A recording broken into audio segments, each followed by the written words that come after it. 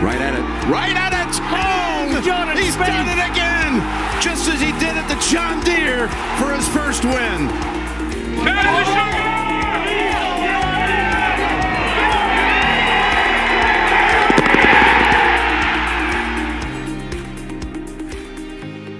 Episode 29 is here, and the Players' Championship is here. We are at Jordan Spieth's House of Horrors at TPC Sawgrass. There's probably not a place that Jordan Spieth plays worse on tour than TPC Sawgrass, which is painful considering it's probably the fifth biggest event we play every year. We enter this year with some inconsistent form, which doesn't help. We enter with a putter that's been very meh, and a place he's putted worse at than any other course on tour. So I don't really know what to expect this week. What do you guys think?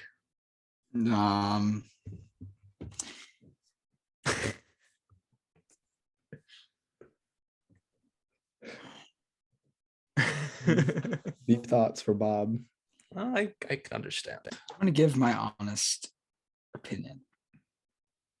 I completely see a T46 after being like top 10 after the first round. Like, unfortunately, of course, but I will say my wild card bet will be miscut because I feel like the odds are going to be too juicy. So that is going to be my wild card bet for the week. And my winning bet will be Horschel. So I'll already give you those two right now. Really? Billy Horschel's playing some good golf, man. It's tough to. Billy needs to not win this week, though. Yeah. We're filming a little early because I'm going on a trip, FYI. That's why I won't be tracking next week. So perfect week to miss. It's tough. Nice. I'll be back Sunday though. So if he is by the littlest chance he's in contention, I'll be able to track the win. I must say, I think Dan and I have some different thoughts than you, Bob. Then let's hear it. Not great thoughts, but well, so here's what I'll say is that last year he was striking the ball amazing. Like he was leading through 70 holes. He led for the week in strokes gained approach. He was like +2 or so off the tee for the week. And then, of course, he dumped one in the water on 17, and that changed quite a bit. But he lost like 5 total on and around the greens, which is usually his forte. I know this year it's been a little different. He's been chipping pretty well, but putter has not been there. But he's never been able to figure out how to chip or putt around TPC. He has no sense of those greens. Like, he can't even chip. Like, he can't get anything down. Right. Which is devastating, of course. Yeah, but no touch around those greens, which is shocking because he's one of the greatest feel players ever, right? Or at least in today's game. But I will say he tends to drive it like actually pretty good around Sawgrass. I don't know if it's more 3-woods, if it's just what he sees off the tee is better. But like I remember 2020 when they canceled it, he was playing garbage at the time. And he hit like 12 fairways in round 1.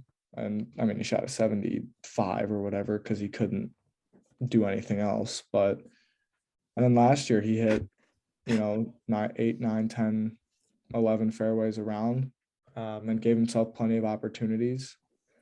He had that Saturday where he should have shot like a 63 or 64, and he ended up with like 68 maybe because couldn't make a putt, couldn't chip anything close, three putted from 20 feet like twice maybe. So I think,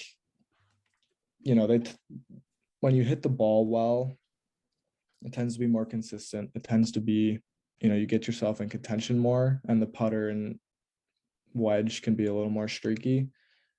So at some point, he has to putt and chip around TPC Sawgrass better. And it doesn't have to be phenomenal. I mean, it does to win, but like at some point he's going to be average for the week, and he's going to have a pretty solid week there if he hits it the way he seems to around this place. I'm not sure if that's this week because the game has been roller coaster-esque, but we'll see. I mean, I think there's reason to have some sort of optimism, maybe. A little bit. 2014 T4, 15, 16, 17 miscut, 18 T41, 2019 miscut, 2020 thankfully canceled, or he would have missed that cut. And then last year a T48. So Blind squirrel finds a nut every once in a while. Hold on a second. He went miscut from 15 to 17. Yes. Oh my goodness. He has no chance this weekend. Absolutely none. I think as Bob best golf of his life, and he missed a cut all 3 times. As Bob said, a blind squirrel will have to find a nut every once in a while. I'm not saying Jordan Spieth is going to win this golf tournament like I did in my season preview, but I think we forget, if we go back to Genesis, he led after 18 holes. I think Pebble Beach, he played really well, and I think he's playing better than he's scoring. And it might be my Spieth bias, but he's definitely not playing. I don't think he's playing that bad. I think the weekend at Genesis wasn't great, but I think it all starts. I mean, he's got to get some putts to fall, and then we head to this place this week where he never can get putts to fall. So I don't know. I think I said it in the group chat in a more funny manner, but I think Michael on Monday just needs to go up to him and just tell him to go in with a clear mind. I don't know if he does every year because he sucks here every year. But I don't know. We're only 4 or 5 weeks away from Augusta, and again, Genesis was a week where we thought could maybe start the ascent up to Augusta. It didn't go too great. The final 36 holes. It's got to start sooner than later because he's not playing the week after the Players. So I think it'd be cool if Michael went up to him on Monday and gave him a little pep talk. I mean, hey, Greller is, one of the best in the business. 2 weeks off after playing some pretty up and down golf, right? Like you were in the lead for 18 holes after a T51, which came right after, you were 3 holes away from winning. So things are not as dire as they were in 2020 or 2019, certainly. And there's been enough there to be like, oh yeah, he's played good golf. Just hasn't been all 4 rounds, and it's tough to have everything clicking. Like the guys who win have the putter clicking for 2 rounds, and that's enough, right? If they're hitting the ball really well. But you just got to have some sort of optimism that he can put together somewhat of a decent week. But I mean, you just point out his track record. That's awful. Like 3 missed cuts in the 15 through 17 window, and then 1 in 19. He almost missed it last year too. He made like a 7 on 9 after like 2 chipping, and then had to roll in a 7-footer. So we'll see. I think there's reasons for both some optimism, but also like he could miss the cut by 5 shots. And let's be honest here. There's a better chance he misses the cut than he wins this golf tournament. His track record here is horrible. But I mean, I said this a couple months ago. I don't know if it was on the podcast, but I was talking to Dan and Bob. He's too good of a player to struggle at this place every single year for the next 15 years. There's gonna be a week. Watch it. Don't go there. But there's gonna be a week where he finds something here. And again, he played really well Thursday at Genesis. It's all going to start on Thursday at the Players. I know that's cliche, but if he gets off to a poor start, I mean, obviously staring a missed cut in the face. But I think if he gets off to a good start, then I mean, the expectations they sky up. But I know it's pretty obvious. But I think you get what I'm saying. So what's a good start? I don't know what the conditions are. Probably lead dependent, right? I'd say 2 or 3 under. I don't know what the conditions will be though. Okay, I mean, hopefully they're firm. Yeah. I think that's when Sawgrass plays its best. I Yeah. love when it's firm on Thursday and the players have no idea how to play that 17th pin position when it's in the back. That was love fun that. last year. Yeah. Last year, yeah. Because they have no sense of it from the practice rounds because they're just not as firm as the practice rounds they are when they really try. So, and they just don't put the pin back there. So I would be very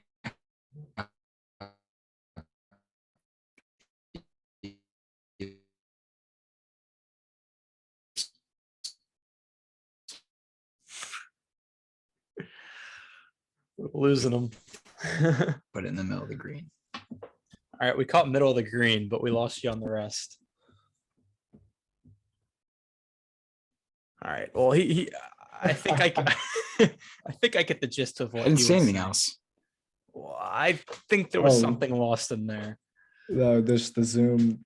Anyway, Zoom. Zoom's giving us some troubles That's all today. right. but I heard middle of the green, and I take middle of the green at No, 17. middle of the green at 17, all 4 days. Works. Perfect. I'll take 12 and move on for all 4 days. Yeah, I take Total. 16 on 18 as well. Yeah, exactly. But we talk. I think we talk a lot of crap about this course, and it's definitely some bias because Jordan just sucks here. But it's a fun week. I think I love courses with a lot of water. You can get in trouble. You can make birdies, but you can make a 6 very easily. Yeah. I'll give TPC Sawgrass a little bit of credit there.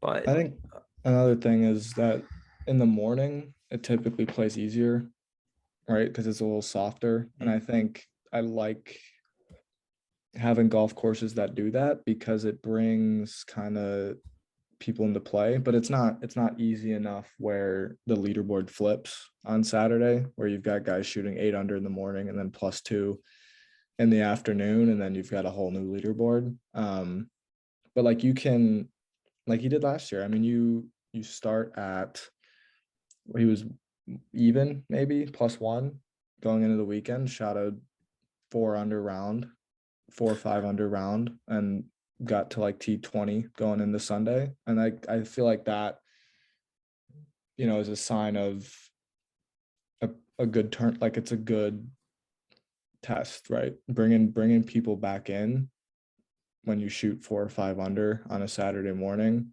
because it's usually a pretty packed leaderboard. Justin Thomas kind of separated himself last year after an unreal weekend, but he was 2 under, and then he shot 12 under on the weekend to do it. So I think that element of this course and this tournament is something cool. that I like. You mentioned that Saturday round from Spieth last year. I remember that round vividly. I remember him after the round. He shot a good score. He shot, I think, 4 under. And I remember he was talking to the media, and he said it easily should have been an 8 or a 9 under round. And again, that just, I mean, his iron play, as Dan said earlier, was really good that week for the most part. And again, he couldn't make a putt to save his life. I mean, he's saying a 4 under round of Sawgrass, which is a really good score, should have been a 9 under round if he could just make putts, and he couldn't do it. So the one thing I will say about the putter, it's been bad this year, and it's been historically bad at Sawgrass. I think that round 1 at Genesis was something we haven't seen in a little while. He actually made putts. Yeah. And just to see one round, I know second round was and then the weekend was horrible, but just to have one round where they actually went down, I think that gives me a little more confidence knowing that now than if he would have went 4 straight rounds at Genesis, not making anything. Well, can you hear me? Yeah. We can hear you. The putter's a streaky thing. You just gotta It kind of is, get yeah. over it. Like, there's gonna be a week where the putts go down. I pray to God. And the thumbs will come up, Mm-hmm. and the ball striking needs to be there Yeah. because we may not get it often. So, Yeah, I wonder if I still have it here. Yeah, I do have it here. I shared a stat with one of the chats that we're in, and this FedEx Cup season and events where there's strokes gained data, the average winner has a strokes gained putting rank of 12th. So I mean that just tells you putt average, you're kind of out of the tournament. I mean, you got to have an exceptional ball striking week Yeah. to give yourself a chance. So as Bob said, he's just got to find a hot putter, and hopefully it comes in the big tournaments starting this week, and hopefully in 5 weeks at Augusta, it'll be there. Yeah. What do you guys, I'm curious, what are you guys looking for? Are you looking for anything this week to kind of suggest an upward turn towards the Texas Augusta stretch? This is just a tough week to project because he sucks Yeah. here.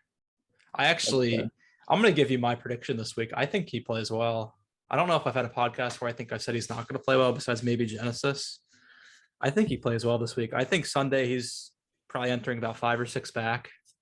So he's going to need a 62. I think the thing we're forgetting is if you throw out waste management, there's been some good golf every week. I mean, I guess Farmers know but he sucks there, just like he sucks here. But I feel he's playing better than he's scoring. Yeah.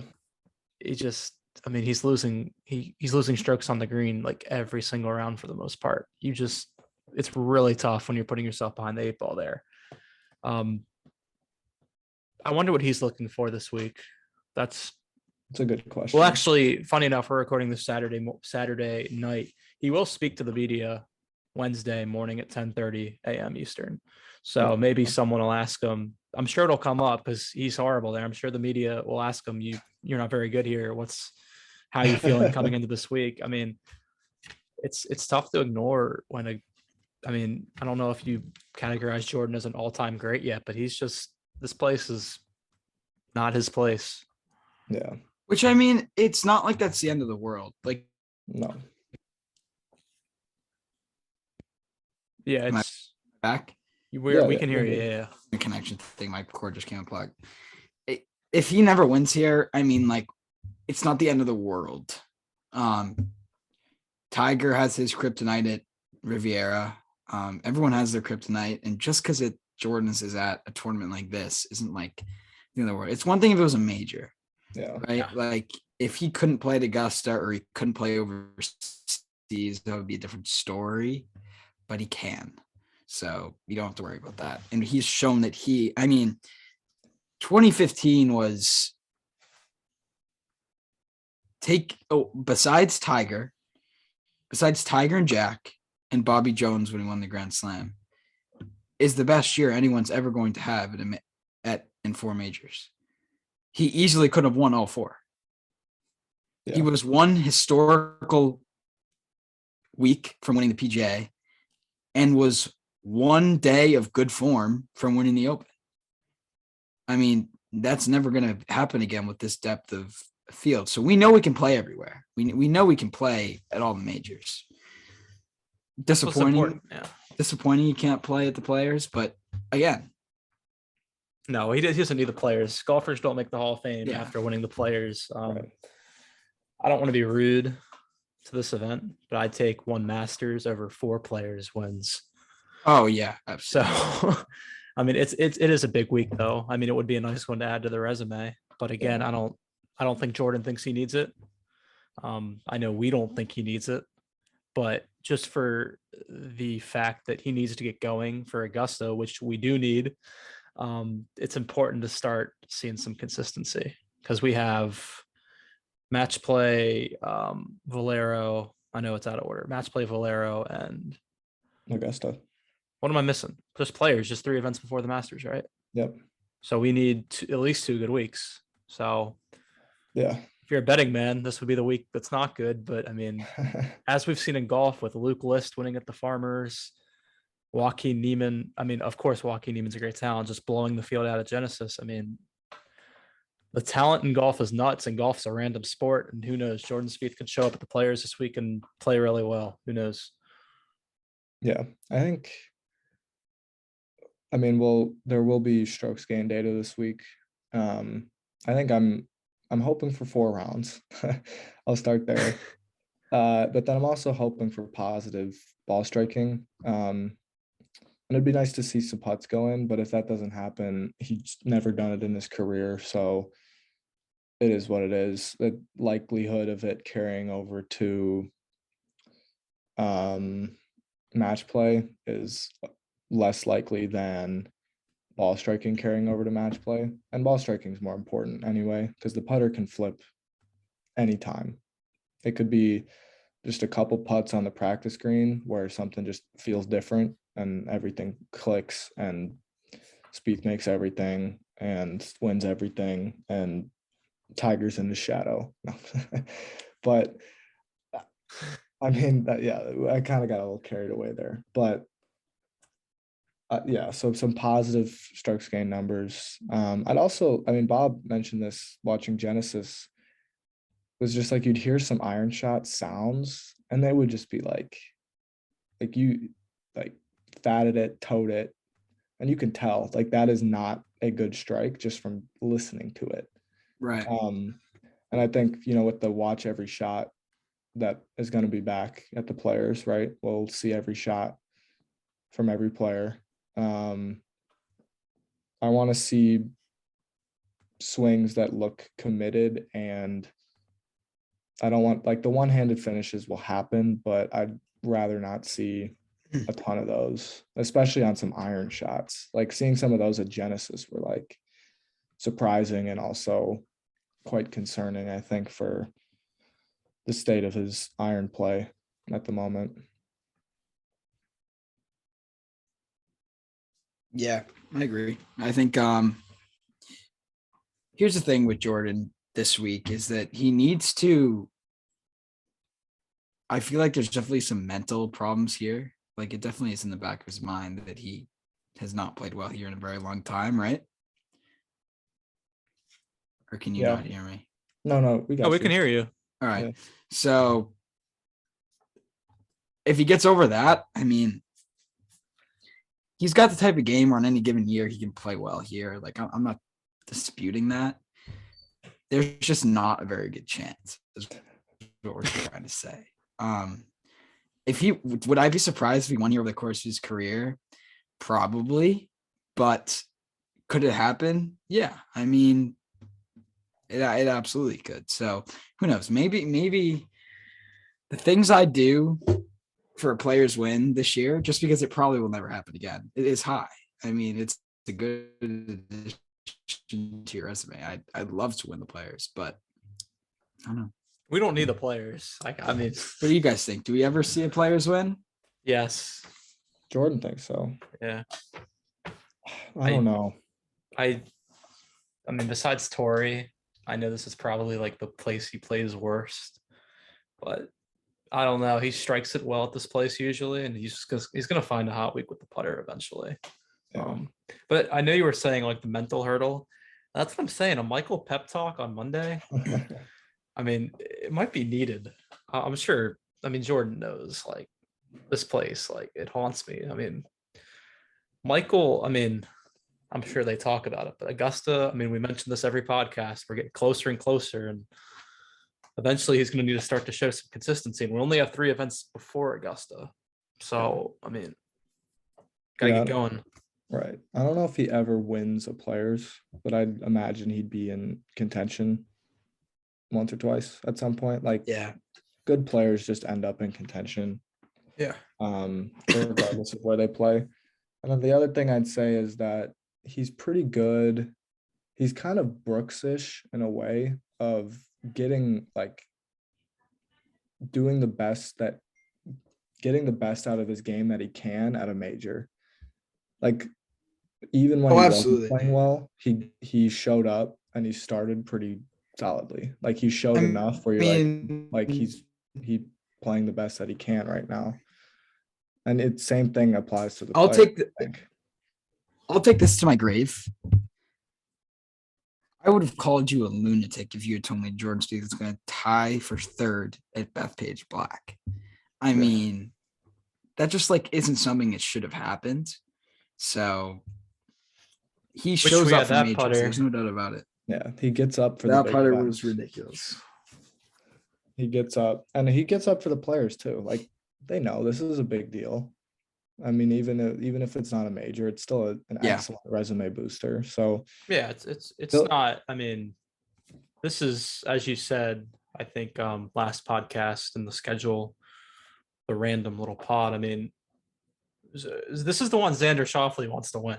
I mean, Exactly. I think Jordan Spieth could go without the players, but all joking aside, it's a big tournament. It's the biggest purse they have in golf. Which money is not the reason why Correct, they want but to win this, but yes. it's got that elevated status. Yeah.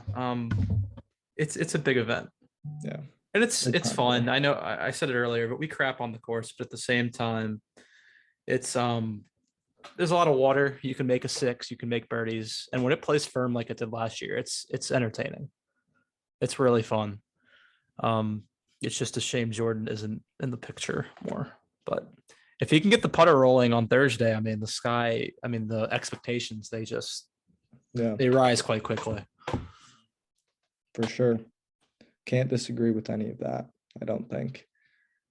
I don't have anything else to add, really. I think should be a featured group with I actually don't know how they're doing it this week because it is NBC, but it is also like the PGA Tour's flagship event. So I'm not sure if we'll get some of Peacock, some of Well, we'll get ESPN every shot Plus. again, right? Yeah, but is that through PGA Tour? Is that through ESPN Plus? Is that through Should be Peacock? ESPN. It should be. I would think ESPN Plus, but they haven't. We're recording this on Saturday. Usually we have all the info by now. We do Yeah. not have the info yet. But Anyway, and regardless, I'd imagine a featured grouping at least. And even if not, we'll see every shot. I know the players likes to juice their groups anyway. But it cannot be Ricky Fowler, JT Spieth, Ricky, because Ricky will not be there unless he is like the out. 6th alternate. So. Yeah, but even then, like they'd probably make the tee times by then. So True, he'd be joining the so an interesting group. I actually don't know who it's gonna be, but they like to juice the groups here. I feel like Augusta tries to even them out a little bit. But it'll be either an amazing group, which it should be, or it'll be Spieth, Keegan Bradley, and Mito Pereira, and that'll be fun. I think we're past those days. He'll be in a big name group, I feel. Because him and I think Rory. I mean, we can talk about the PIP a little bit, but him and Rory with Phil and Tiger not there, they're the 2 biggest faces of the game right now. True. No Bryson either. Well, I guess Bryson could show up, but that could see that Rory, Spieth, Bryson. Yeah. Speaking of the PIP, shout out to Bryson DeChambeau for going all out and still losing to Jordan Spieth and Rory, who barely post on social media. Yeah, I thought that was funny. Yeah, but Bryson's better though. People want to see his bombs. I'm telling you. No, he did actually win the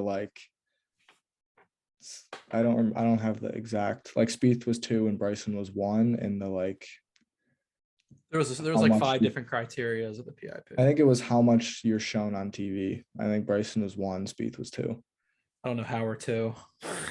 So, I mean, that was kind of my point, I guess, way back when. I hear you. But Bob, you're sitting back there. You all right? I'm fine. Are you dreading this week? I'm dreading this week. So I'm on a trip all week. I'm not gonna have my phone until Sunday. So I'm just kind of gonna chill and enjoy not having to be stressed out for a week is what gives me life, but it also takes years. Yeah, exactly. I feel you. At the same time. So I'm more excited than usual. What a hat, though. What a hat, man. I love the hat. That's an unreal hat. I was gonna say I'm more excited. It's just disaster. Oh, that's your problem. I'm gonna say I'm more excited for the players than usual, and a lot of that is because he's not playing API. After these 2 weeks off, I'm kind of ready to get going again. I'm excited for the players. Yeah, I was gonna say we need Bob to rest up for Augusta. I don't know what I'm saying. Bob's on the reserve. He's wearing his hat like Spieth does after a bad round. He just puts it, just places it right on top of his head. Speaking of, I don't know if this is kind of off guard, but a lot of the updated PGA Tour photos have come out. And they kind of did our boy dirty, I think. I don't know if you've seen it. Bob posted it on Twitter. I don't know if he posted it on IG also, It's but disgusting. it is certainly not his best photo. I can say that. But I mean, I'd sue them, dude. it is nice to have a hat on his head.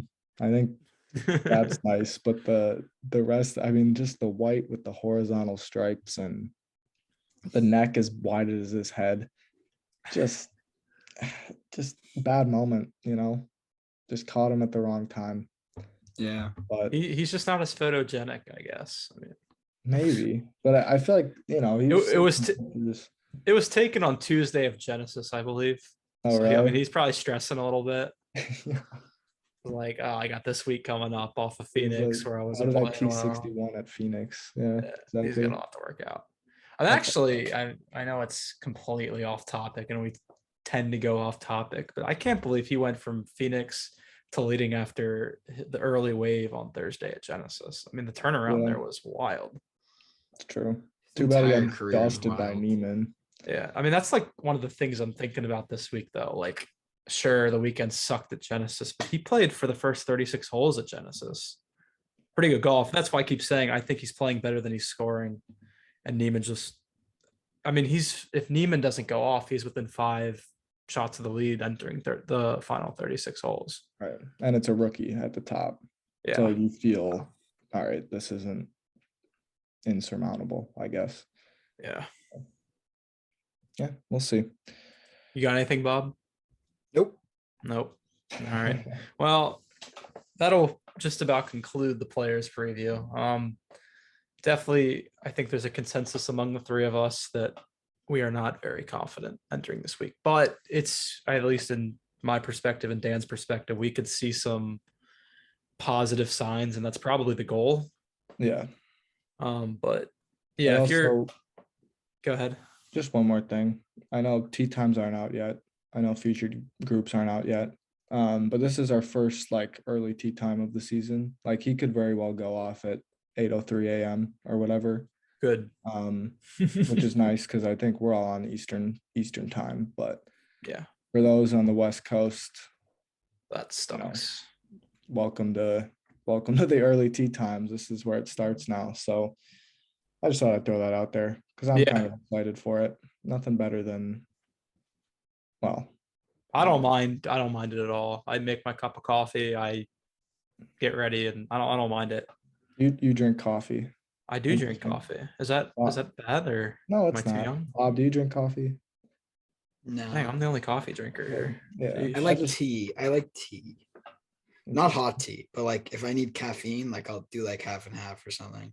Okay. Yeah, I just know that once I get going on coffee, I'll be a 3-cup a day kind of guy, and I can't do that to myself quite yet. So I actually want to check one thing. I should be able to pull it up real quickly. I'm curious. It's actually cool that you mentioned it. This will be our first like early tee time. Yeah. I'm curious what his early tee time was last year, just to give the audience 7:29. And he played with like Rahm and Reed. Oh man. So 8:02 is Sick. probably being a little nice. It's going to be a real early one. It's looking Right. like Well, yeah, he'll get especially in Florida because the sun comes up at like 6:30. He'll be off in the 7:30 a.m. Eastern to 8 a.m. Eastern window range for his early round. And in the afternoon will be like 1 at the latest, maybe. Yeah. So I guess it's 30 to 1:30. It's bad for our West Coast people, but it's good for our friends across the pond. Because I know I have a few followers across the pond, so it's a little bit better for you guys. So yeah, that should do it. Again, most of that, sorry, I know. No, if you have something to say, most of that stuff will come out earlier. Like I'd expect, especially I think last year they announced a couple of the groups on Monday. On Sunday at API on the final round. I remember they cut to it and it's like, oh yeah, DJ Brooks and Rory are going to be. I remember that. Like, oh, okay. As a big tournament, they can do that. Yeah, exactly. And then I think Monday, maybe Tuesday, I guess, but I wouldn't be shocked if tee times were out Monday for sure. No, I actually do remember it on Sunday last year. They were in the broadcast. They were previewing some of the featured tee times. Wouldn't shock me for one of them. But yeah, again, we're pretty pessimistic this week. I think you could hear it in our voices. Probably no other week this year, unless things start to really go south, where we're going to be more pessimistic than this week. But I mean, pretty good reason. Course history stinks. Very inconsistent at the moment, but who knows? As Bob said, pretty much to kick off this podcast, a blind squirrel will find a nut. Hopefully, we'll find it this week. That'll do it. Take care, guys. Yeah. Peace.